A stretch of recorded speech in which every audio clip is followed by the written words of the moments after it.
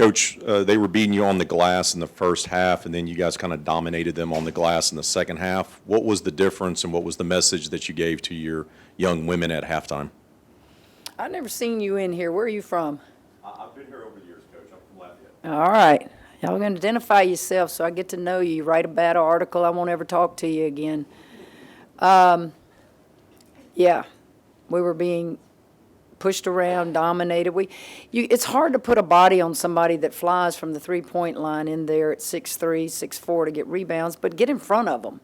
And we were being out-rebounded, and then I decided to go small, and we out-rebounded them, I think, 11 in the second half.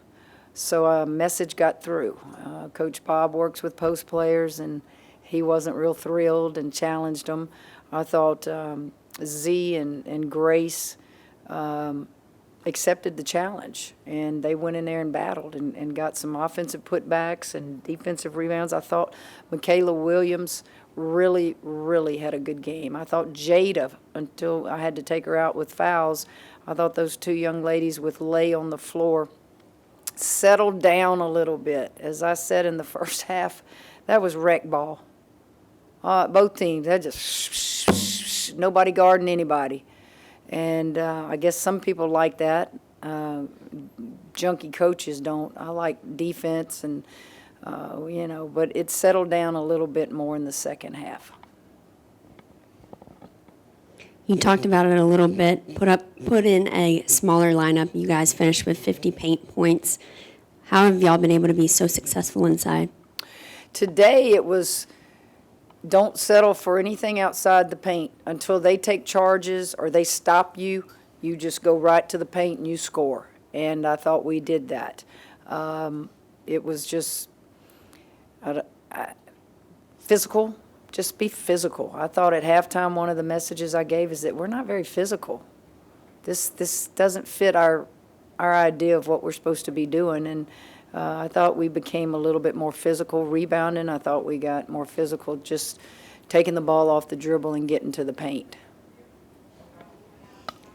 Hi, Coach Mulkey. I'm Ava Lucky. So how rewarding has it been for you, because coaches and players always have such a special bond, how rewarding has it been for you to see your seniors grow, and how has it been to see their progress and see not only how they've grown as players, but also how they've grown as women? And Well, you're looking, the three seniors really have three different stories to tell. With Mama, I only have had her 1 year. And we needed post out of the portal. And we had seen Mama play in the summers, and she had a great career at East Carolina, averaging a double-double. Strong. She's very strong. And I just think Mama, in 1 year, has been able to contribute, which is extremely hard to do in a program that is as talented as ours. But, man, she is holding her own and doing fine. Izzy, I've known Izzy and her family. Gosh, second grade, she used to come to my camps at Baylor. And I just thought the kids coming to LSU, great family, would be great to be a part of your program. And just said, why don't you come try out? And I don't know that I'd call it a tryout. I just told her I want you on the team. And for her to have the heart condition happen is just, it has to be gut-wrenching for her and her family, because we have sent her all over to diagnose what is going on. She's played this game since she was small, and then here her junior year during a physical, this has happened. And what it tells me about Izzy is Izzy's priorities in life are in order. While she loves basketball, she's got her national championship ring. She got to play in front of her hometown friends and family. She understands that she's trying to play basketball when most people that have her condition are just trying to live and survive. So Izzy's a great, great young lady and teammate. Flage, when I think of LSU, and all the tremendous athletes that have played all the sports here, her name is going to be right up there with them. Not just because of her basketball talent and her rapping. She's all over this campus. She's all over this community. We don't even know all the things Flagey does for people. And she's very generous and shares her wealth. Her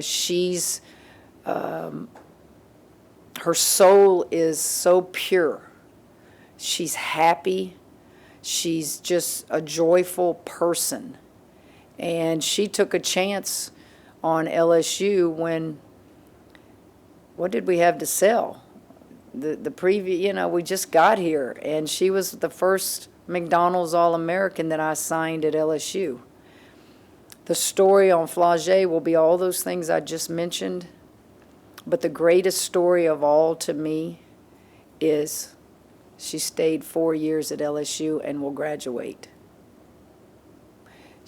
When you think of college athletics now, people don't do it anymore. And she loves LSU, and in return, LSU embraced her and loved her back.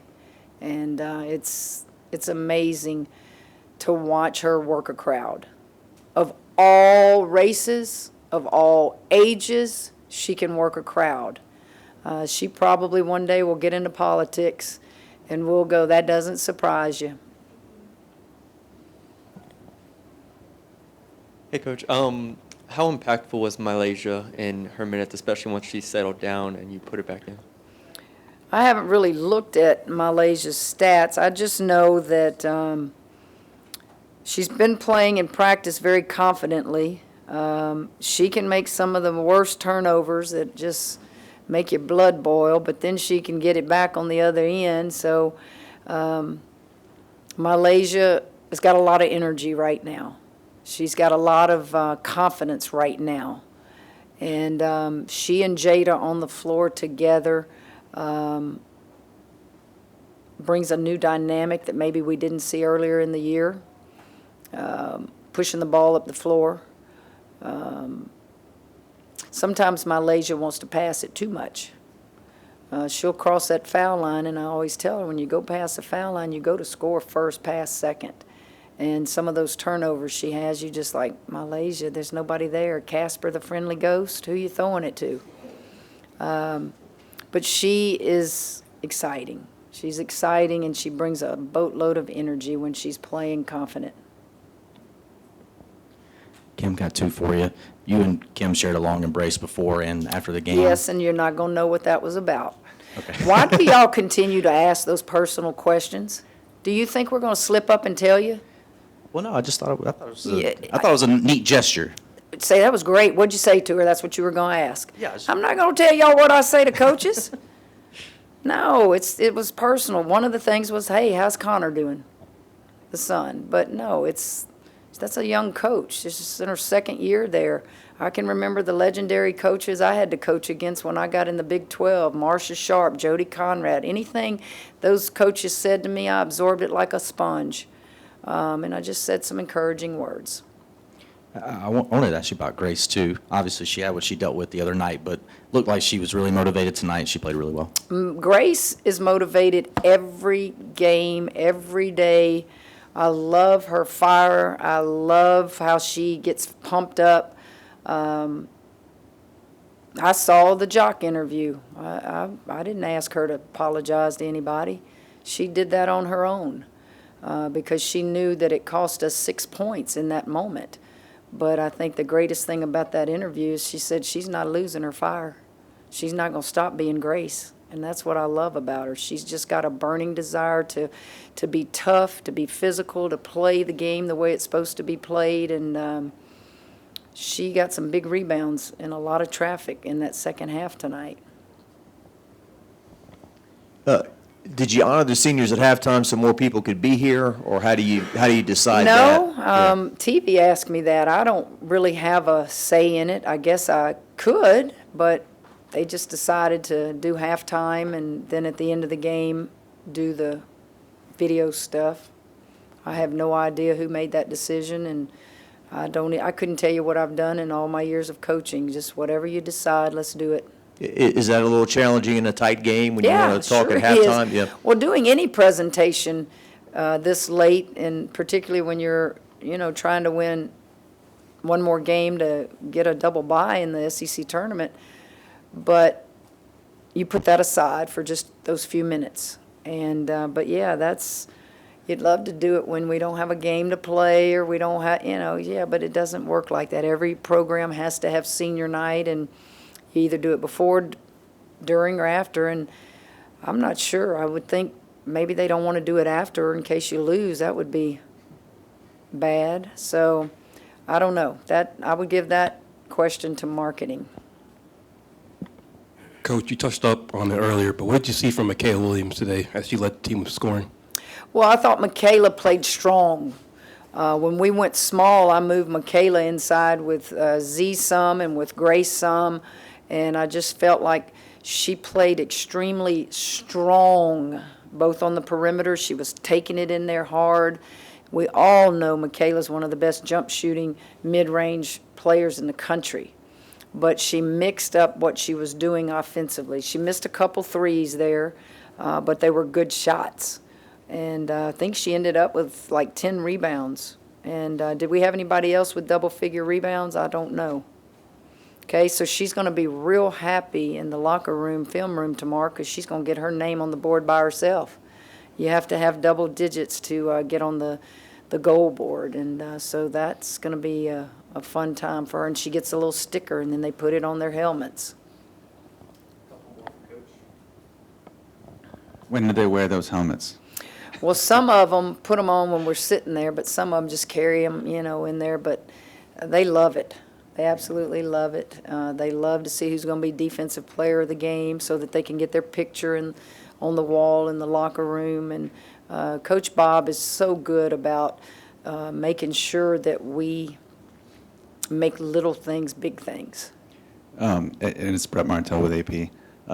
Two questions. One is just, this is not a question about what you said to Kim, but I just wondered if you wanted to offer any comments about Tennessee in the context of. I got one team and one team only to Okay, worry about. That's fine. I can't even tell you who won the games today, but I'll find out when I get home. Listen, for me to ever, or for any coach to ever comment about another team and how they handle their team, to me, that's not what we do. Talk about your team, and that's all I can tell you. Okay. One other thing, just because I don't know if we'll see you again here before the SEC tournament.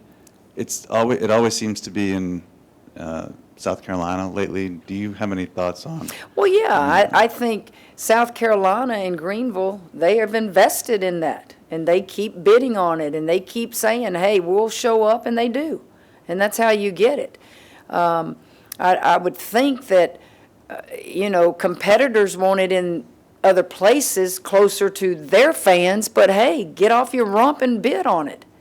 We'd like to have it in New Orleans. Somebody bid on it. Let's go to the Smoothie King. I'm sure Texas would like to have it somewhere in Texas, but South Carolina's stepping up to the plate, and they are committed to it, and kudos to them. And, how can you say anything negative if nobody else is going to bid on it and nobody else is going to step up and, try to compete for it? Coach, I think I might know the answer to this question, but Y'all getting to know me really well. It's kind of like, this is how y'all do it now. Hang with me. Like if you're sitting in a restaurant, Coach, I hate to bother you for an autograph, but do y'all realize all three of y'all did that?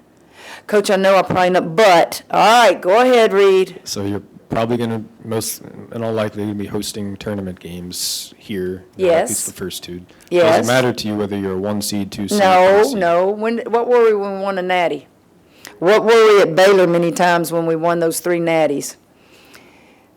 What it's going to take is 12 people are going to sit. I think it's 12. Miriam, is it still 12? They sit in there, and they've got to decide who are the 4 number 1 seeds. Have y'all looked at UCLA's? How many ranked teams have they played versus Connecticut?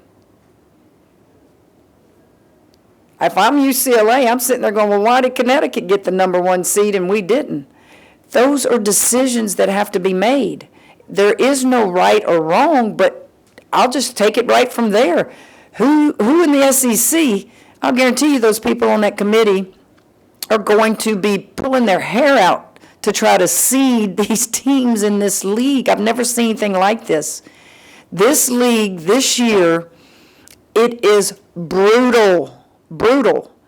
And how in the world are you going to try to keep all of us away from each other till you get to a certain round? That's hard. But yeah, I mean, I use Connecticut and UCLA as a example because that's going to be talked about. Because they want to talk about non-conference strength of schedule. How many have we played since the SEC started? It is tough, and it's going to be real interesting.